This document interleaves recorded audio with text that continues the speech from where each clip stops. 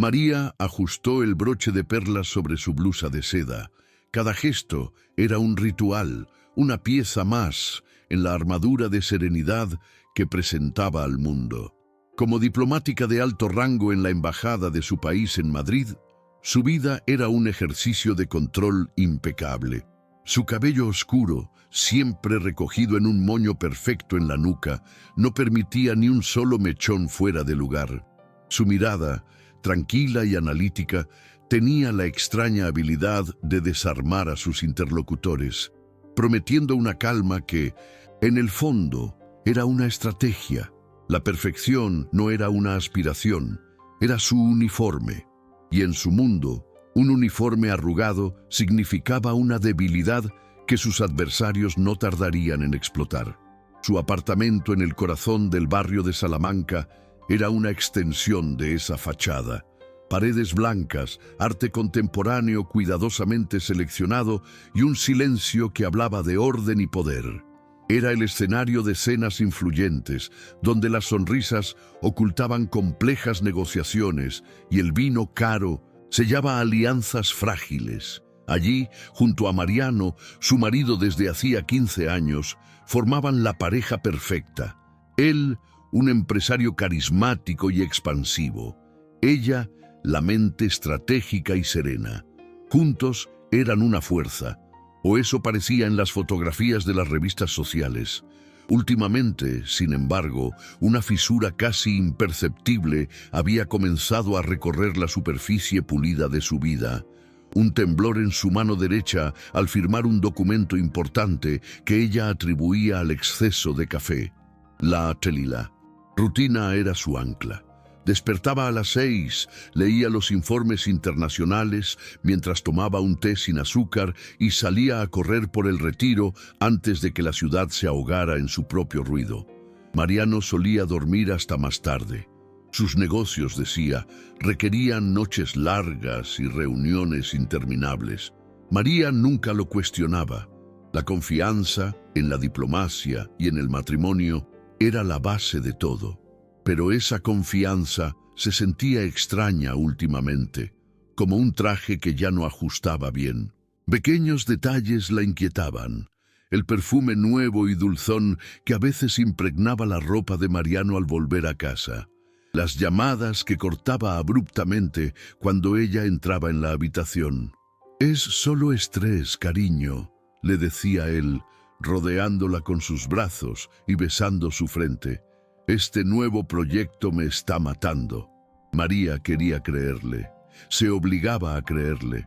Tenía una cumbre crucial en Bruselas en 2 días y no podía permitirse distracciones. Su carrera, construida con décadas de esfuerzo, disciplina y sacrificios, dependía de su enfoque absoluto. Un escándalo personal, por pequeño que fuera, podría ser el arma perfecta en manos de sus rivales. Así que archivaba sus dudas en el mismo lugar donde guardaba sus emociones más profundas, en un compartimento sellado de su mente inaccesible y oscuro.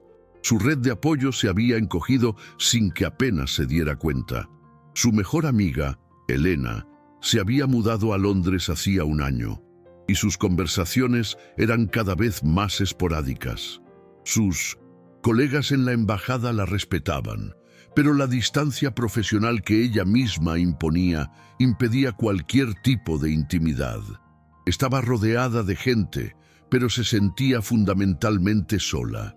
La única persona que parecía romper esa barrera era la nueva secretaria de Mariano, una joven ambiciosa y eficiente con una sonrisa demasiado brillante.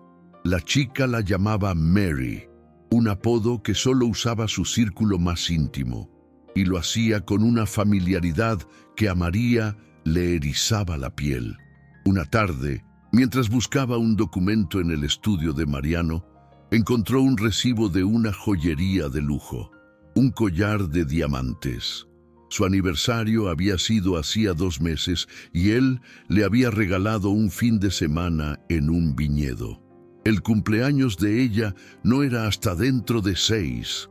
¿Para quién era el collar? La pregunta flotó en el aire, pesada y peligrosa. Por un instante, sintió que el suelo se abría bajo sus pies. El corazón le latió con una violencia desconocida. Pero entonces, la diplomática que habitaba en ella tomó el control. Racionalizó. Quizás era un regalo de empresa para la esposa de un socio importante. Había 1000 explicaciones lógicas.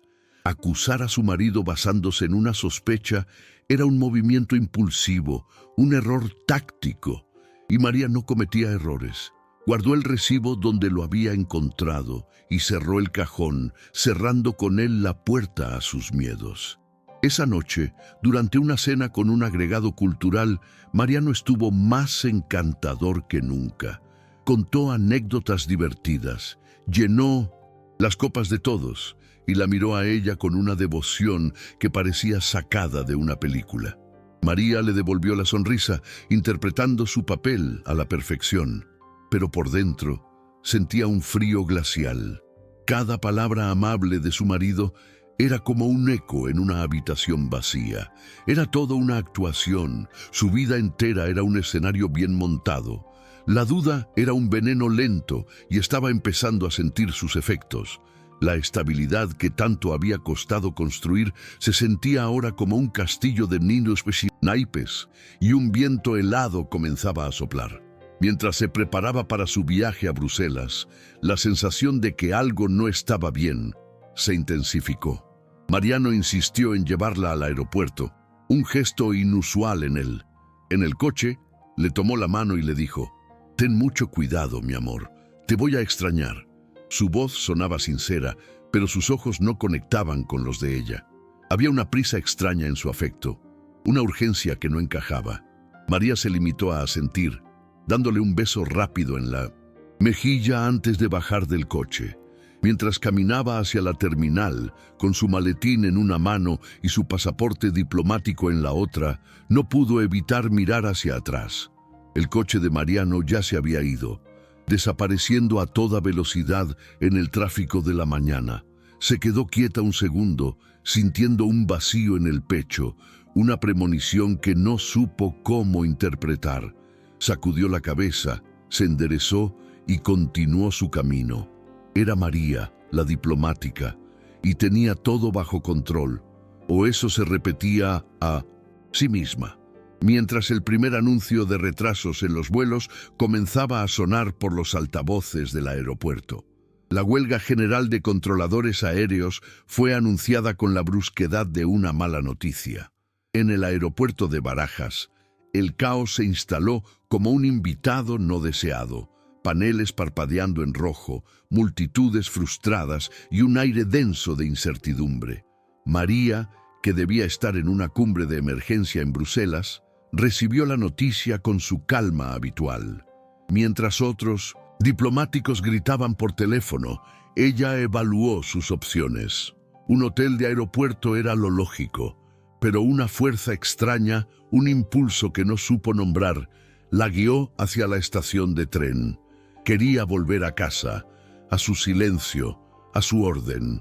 El tren de regreso a Madrid se deslizó por la noche española como un fantasma. María miró por la ventana, pero solo vio el reflejo de su propio rostro superpuesto a la oscuridad. Un rostro sereno, controlado, la máscara que nunca se quitaba. Llegó a su apartamento en el barrio de Salamanca, pasada la medianoche. Las calles estaban desiertas y silenciosas, un eco del orden que esperaba encontrar dentro. Introdujo la llave en la cerradura, un gesto automático realizado miles de veces, pero al abrir la puerta, el silencio que la recibió no era el suyo. Era un silencio antinatural, tenso, como el aire antes de una tormenta. Y entonces los vio, junto a la entrada, abandonados con una displicencia casi insultante. Había un par de tacones de aguja, rojos, afilados. No eran suyos. El corazón de María no se aceleró, se detuvo. Por un segundo, el mundo entero se detuvo con él. El aire se volvió espeso, imposible de respirar, y desde el pasillo, ahogada, casi un susurro, llegó una risa femenina, una risa que conocía. Provenía de su dormitorio, de su cama. No hubo gritos, no hubo lágrimas. La diplomática que habitaba en ella tomó el control del cuerpo tembloroso de la mujer. Avanzó con pasos sigilosos, como si caminara sobre un campo minado. Cada centímetro del pasillo era un territorio enemigo. Se asomó por la puerta entreabierta, solo lo suficiente. La imagen la golpeó con la fuerza de una explosión silenciosa. Mariano, su marido y su secretaria, entrelazados en las sábanas de seda que ella misma había elegido. El dolor fue una ola de fuego líquido que amenazó con consumirla, pero no lo hizo. En su lugar, un frío glacial la inundó, apagando cada emoción, cada impulso. Retrocedió lentamente, con la precisión de quien desactiva una bomba. Cerró la puerta de su propio dormitorio sin hacer el más mínimo ruido. Se agachó, recogió los tacones rojos del suelo. El cuero barato se sentía vulgar bajo sus dedos, y sin mirar atrás, salió de su casa, de su vida, y desapareció en la noche madrileña. La mañana siguiente, el teléfono sonó en la impersonal habitación de hotel donde se había refugiado. Era Mariano. Su voz, al otro lado de la línea, era un torrente de falsa preocupación. «Cariño, ¿estás bien? Me enteré de la huelga. ¿Dónde estás? ¿Necesitas algo?» María cerró los ojos. Se imaginó el dossier que tenía delante con las palabras «traición» escritas en mayúsculas. «Estoy bien», respondió, y su propia voz le sonó extraña, metálica, como si viniera de muy lejos. «Me quedé en un hotel cerca del aeropuerto. La cumbre se hará por videoconferencia». Cada palabra amable de su marido era una aguja clavándose en su piel. Cada «te extraño» era una bofetada. Él no tenía idea. No sabía que ella lo sabía todo. Y en esa asimetría de información, María encontró una extraña fuente de poder. La fachada de normalidad se convirtió en su campo de batalla. Fingir que estaba en Bruselas le dio tiempo. Tiempo para pensar, tiempo para dejar que la furia se asentara y se convirtiera en algo más afilado, más útil. El divorcio era inevitable, pero un escándalo podía destruir su carrera. Sus rivales políticos, siempre al acecho, usarían cualquier debilidad en su contra. No podía permitírselo. Cuando finalmente regresó a casa, días después, el aire estaba cargado de una tensión insoportable. Mariano la recibió con un abrazo que ella no devolvió. La casa, su santuario, se sentía profanada. Esa noche, durante una cena que ninguno de los dos tocó, María pronunció las palabras que había ensayado 1000 veces. «Necesito un tiempo, Mariano». No lo acusó, no le dio detalles. Solo esa frase, fría y distante. La confusión en el rostro de él fue su primera pequeña victoria.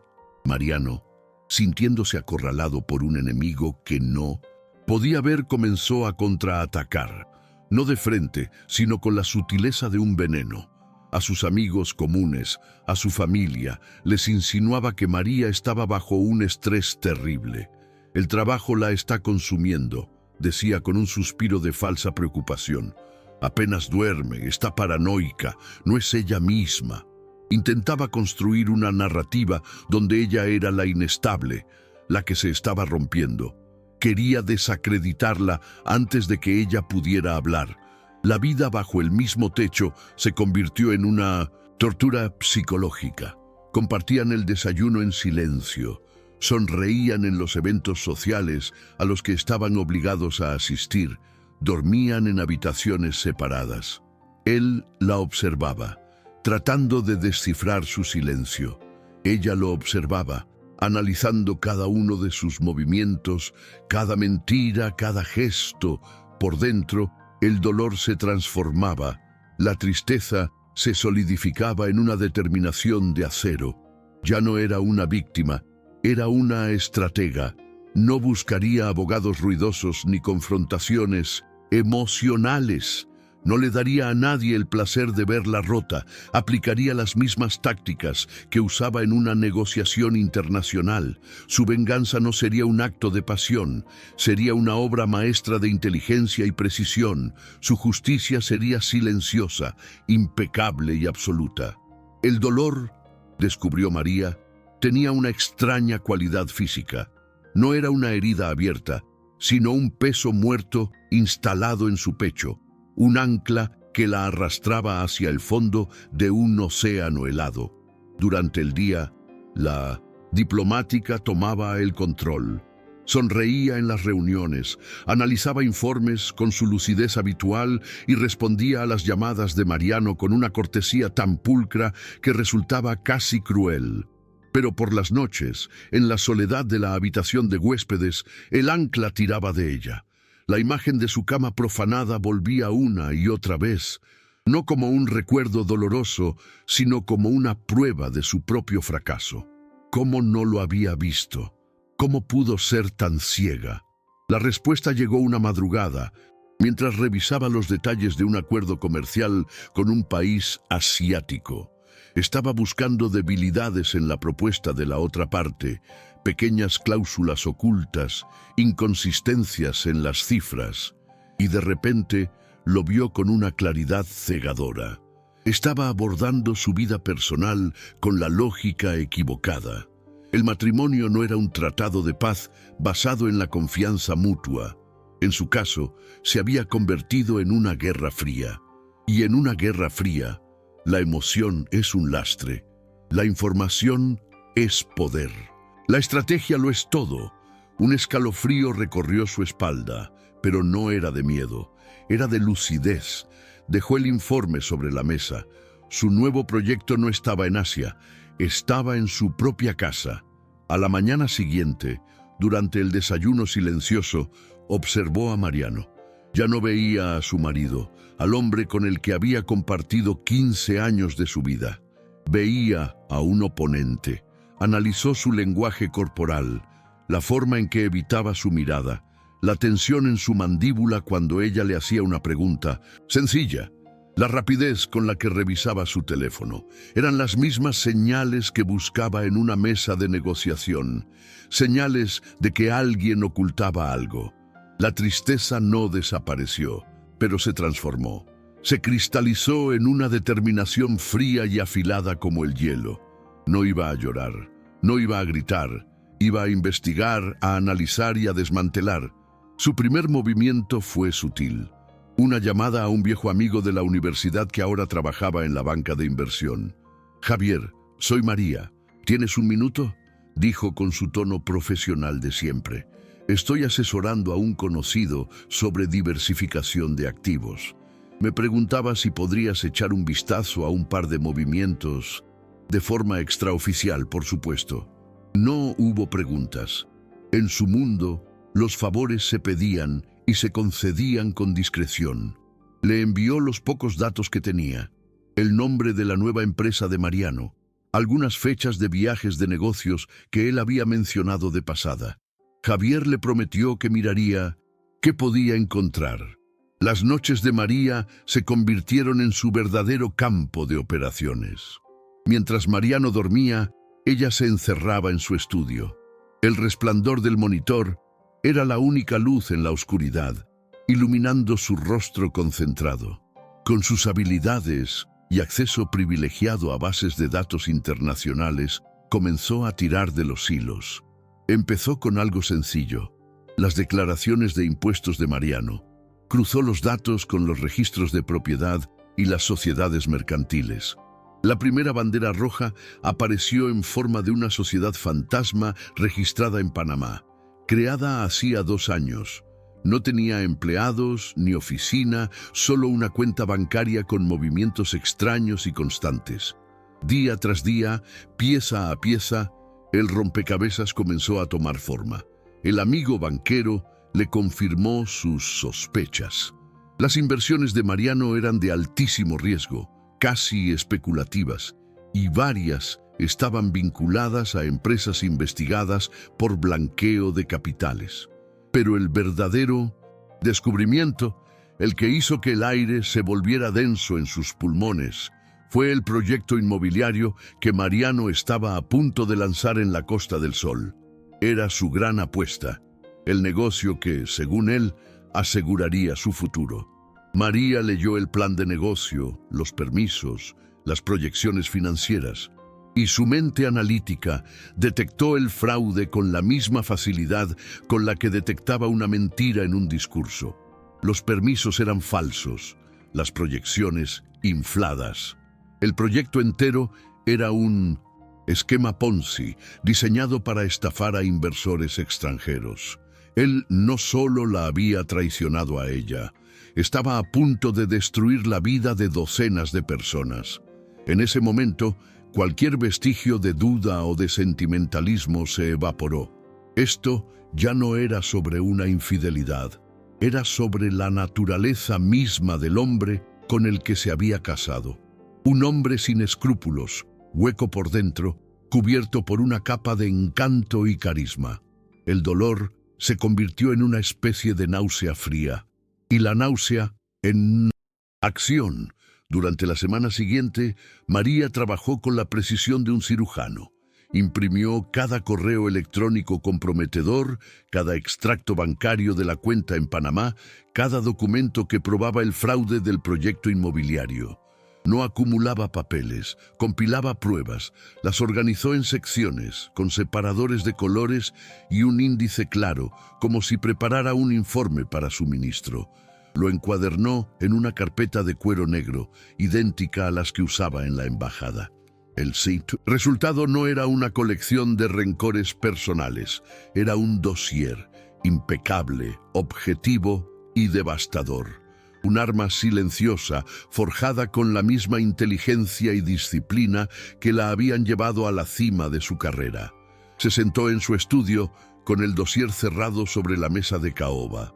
El peso de ese objeto en sus manos era el peso de la verdad, y con esa verdad estaba lista para la negociación final, la que definiría el resto de su vida. Esa noche, la mesa de caoba del comedor no tenía platos, ni copas de vino, ni el murmullo de una cena inminente. Estaba desnuda, pulida hasta brillar como un espejo oscuro.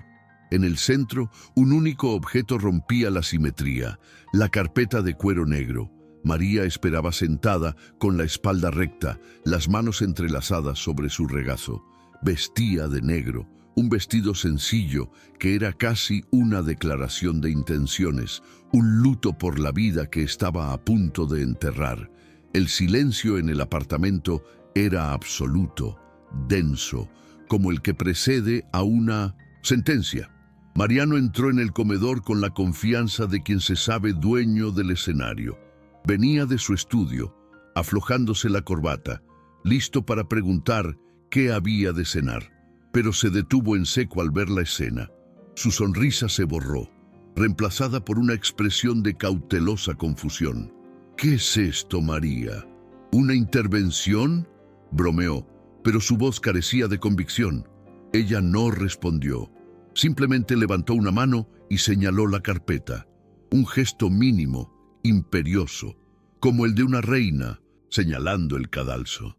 Él la miró, luego a la carpeta, y una sombra de inquietud cruzó sus ojos. Se acercó a la mesa, rodeándola como si fuera un animal peligroso. Finalmente, se sentó frente a ella.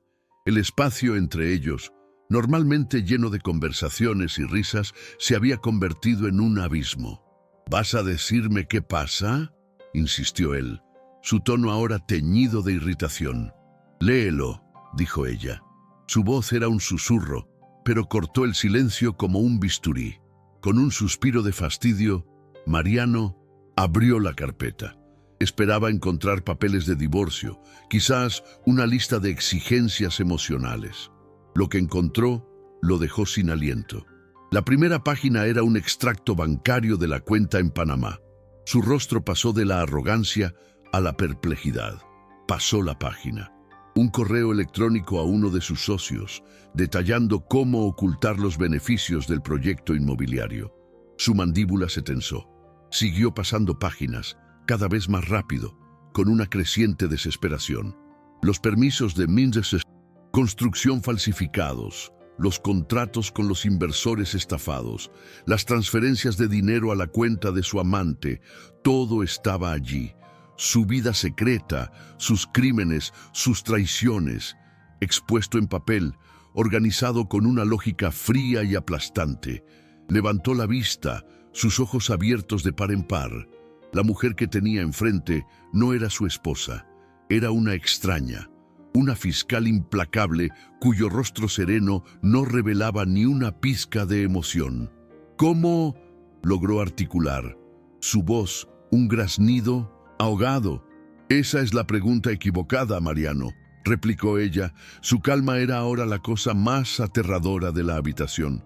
La pregunta correcta no es cómo, es ¿qué vas a hacer ahora? Él cerró la carpeta de golpe. El sonido retumbó como un disparo. Esto es una locura. Has violado mi privacidad. Esto es ilegal. Intentó recuperar el control, recurrir a la ira, a la intimidación. Pero las palabras sonaban huecas, patéticas. María ni siquiera parpadeó.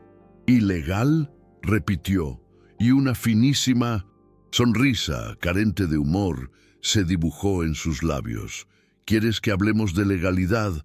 Podemos invitar a la agencia tributaria a esta conversación, o a tus inversores de Dubái.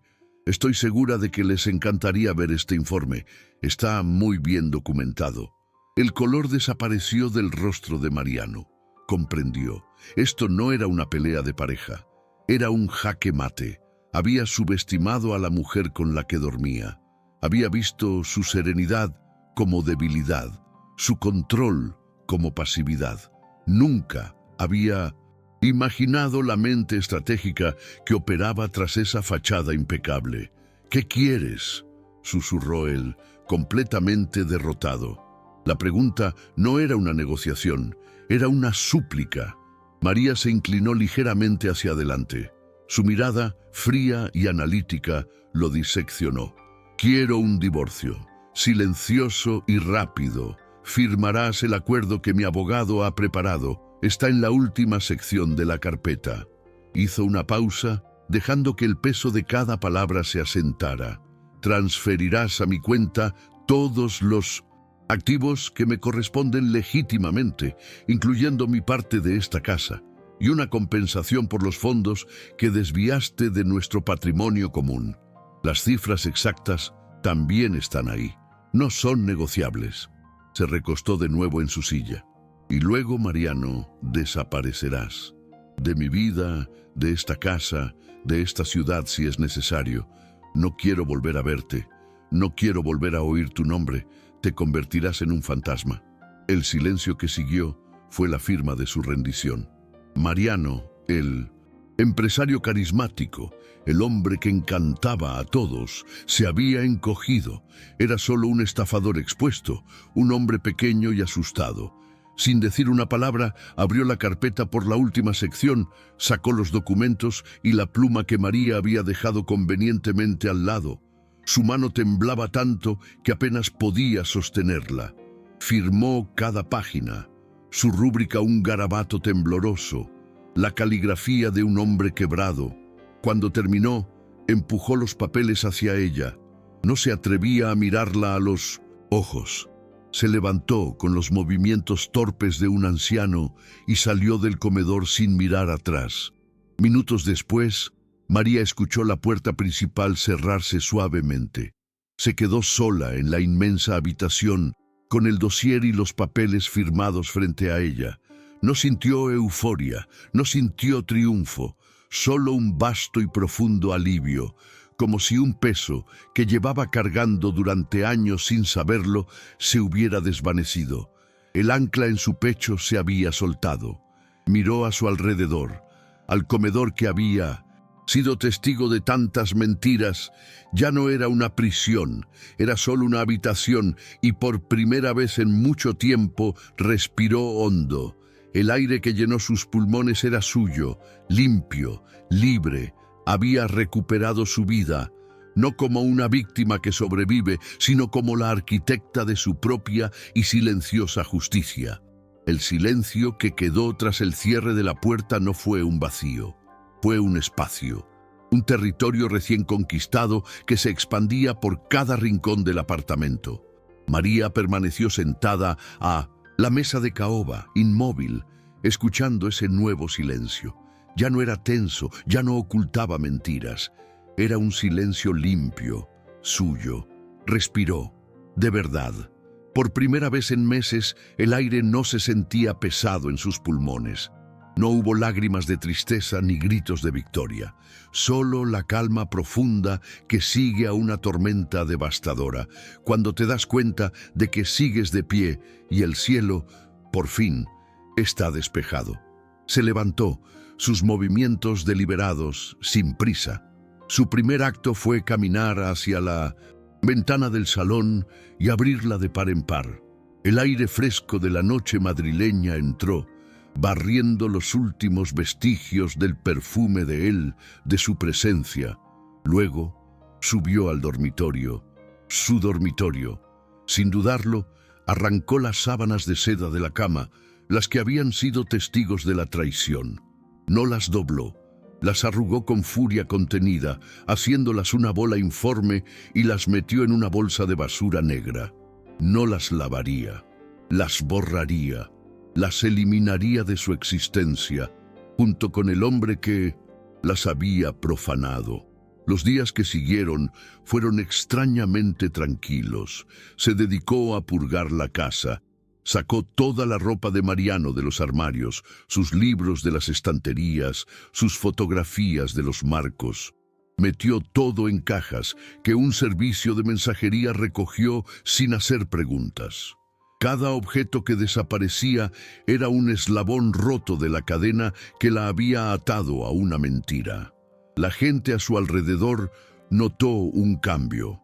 En la embajada, su calma parecía tener una nueva profundidad, una serenidad que ya no era una armadura, sino una fuerza genuina. El moño perfecto desapareció algunos días, reemplazado por su cabello oscuro cayendo libremente sobre sus hombros. Era un detalle pequeño, casi imperceptible para los demás, pero para ella era un grito de libertad. Comenzó a reconstruir su vida desde los cimientos. Volvió a llamar a Elena, su amiga en Londres, y esta vez, en lugar de hablar de política o de trabajo, habló de sí misma, de sus miedos, de su dolor, de su recién descubierta paz. Lloró por teléfono, no con la desesperación de una víctima, sino con el desahogo de una superviviente. Empezó a cenar sola en pequeños restaurantes del barrio, redescubriendo el placer de su propia compañía. El apartamento, antes un escenario para una farsa, se convirtió en su refugio, un lugar donde podía ser simplemente María, sin máscaras ni estrategias. La soledad, que tanto había temido, se reveló como una aliada.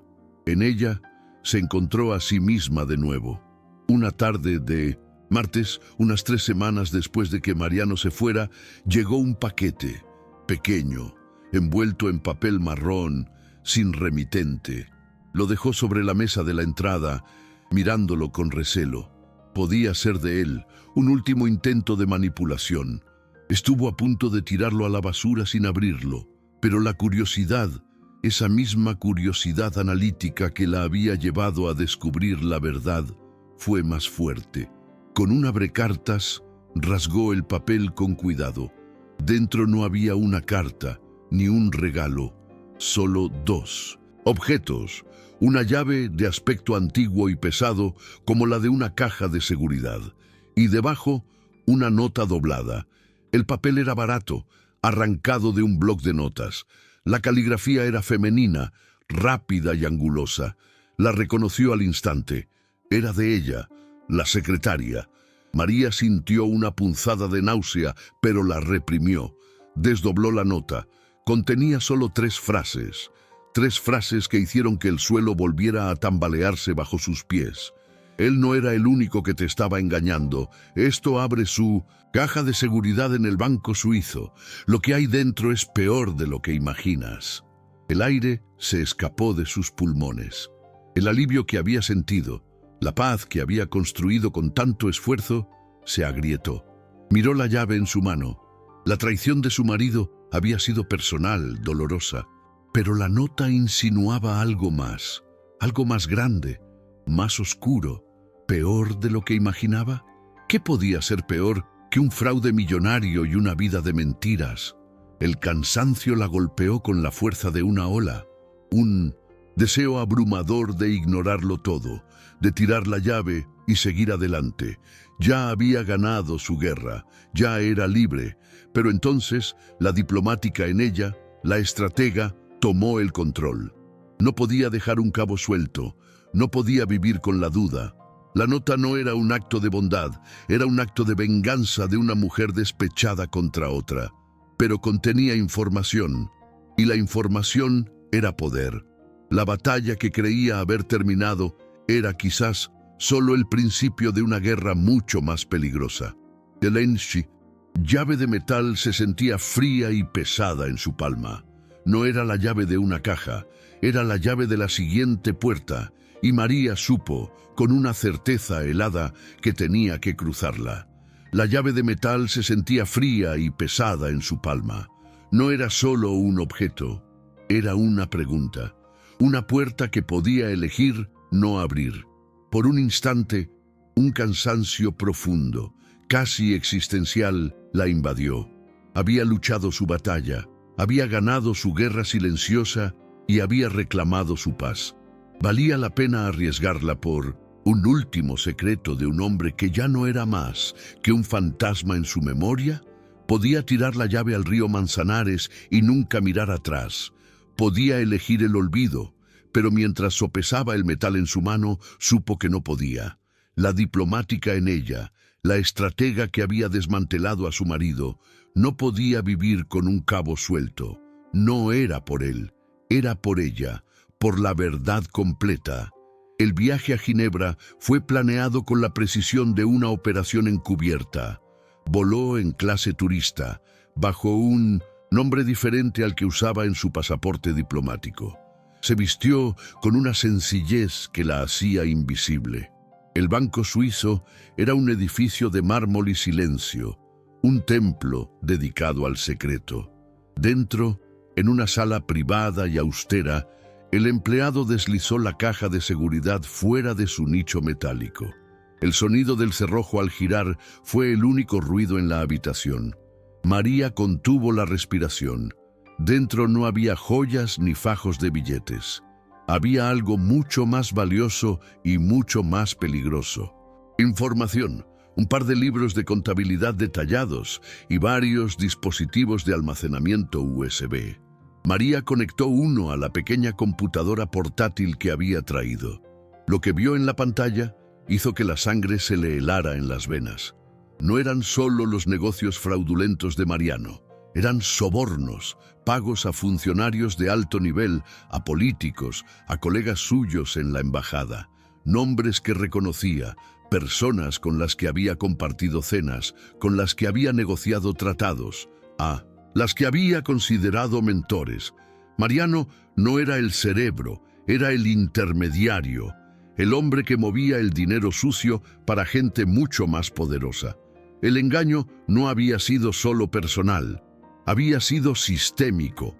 La traición no era solo de un marido a su esposa, sino de un sistema entero a los principios que ella había jurado defender.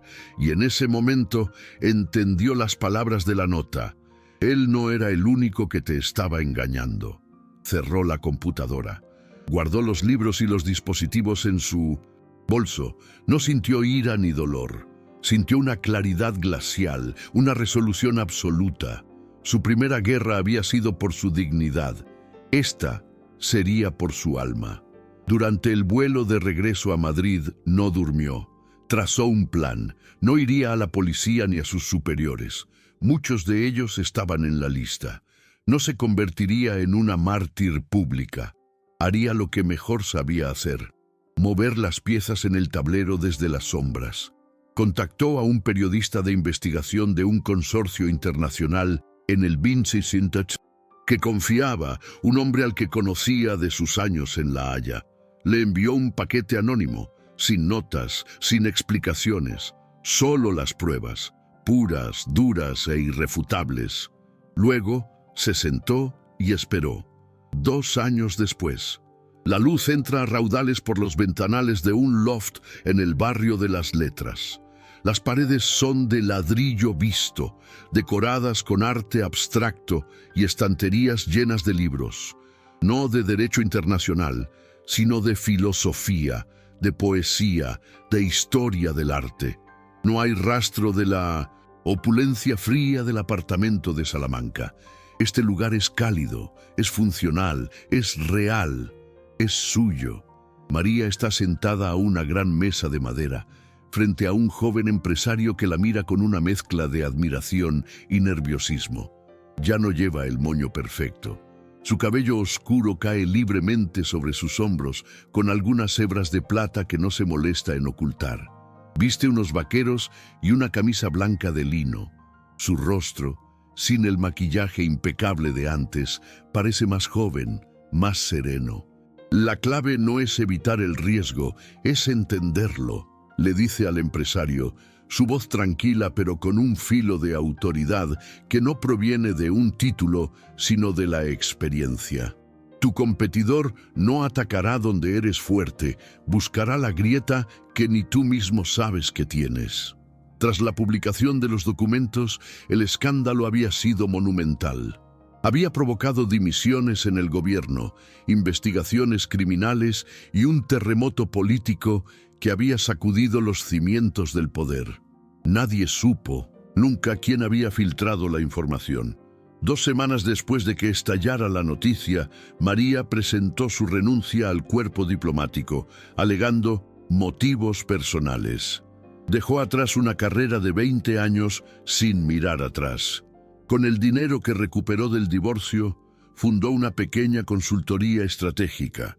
No asesoraba a gobiernos ni a grandes corporaciones. Ayudaba a emprendedores, a artistas, a fundaciones sin ánimo de lucro.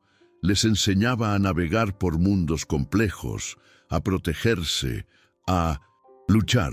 Usaba las mismas habilidades que la habían convertido en una diplomática formidable, pero ahora las empleaba para construir, no para mantener un status quo corrupto. A veces, por la noche, se servía una copa de vino y miraba las noticias. Veía los restos del viejo mundo que ella misma había ayudado a quemar. No sentía orgullo ni venganza. Sentía una especie de paz melancólica. Había perdido una vida que creía perfecta, solo para descubrir que era una jaula dorada. La traición de Mariano no había sido el final de su historia, había sido el prólogo violento de su verdadera vida. La había obligado a despertar, a mirar más allá de las superficies pulidas y a encontrar la fuerza que no sabía que poseía. Ahora tenía una vida más pequeña, más silenciosa pero infinitamente más rica. Tenía un puñado de amigos de verdad, con los que podía reír a carcajadas sin miedo a ser juzgada. Tenía un trabajo que la llenaba de propósito y, sobre todo, se tenía a sí misma. Había aprendido a disfrutar de su propia compañía, a confiar en su propio juicio, a ser la única dueña de su destino. Había transformado el dolor en sabiduría y la pérdida en una libertad que nunca había creído posible. Historias como la de María nos recuerdan que las caídas más profundas a menudo nos preparan para los vuelos más altos. Nos enseñan que la verdadera fuerza no reside en no caer nunca, sino en saber cómo levantarse, pieza por pieza, reconstruyendo no solo una vida, sino a uno mismo, sobre cimientos más sólidos y verdaderos. A veces, para construir un castillo, primero hay que dejar que el viejo palacio se queme hasta los cimientos. Comente de qué país está viendo este vídeo. Y si quiere escuchar más historias de coraje y renacimiento, suscríbase al canal.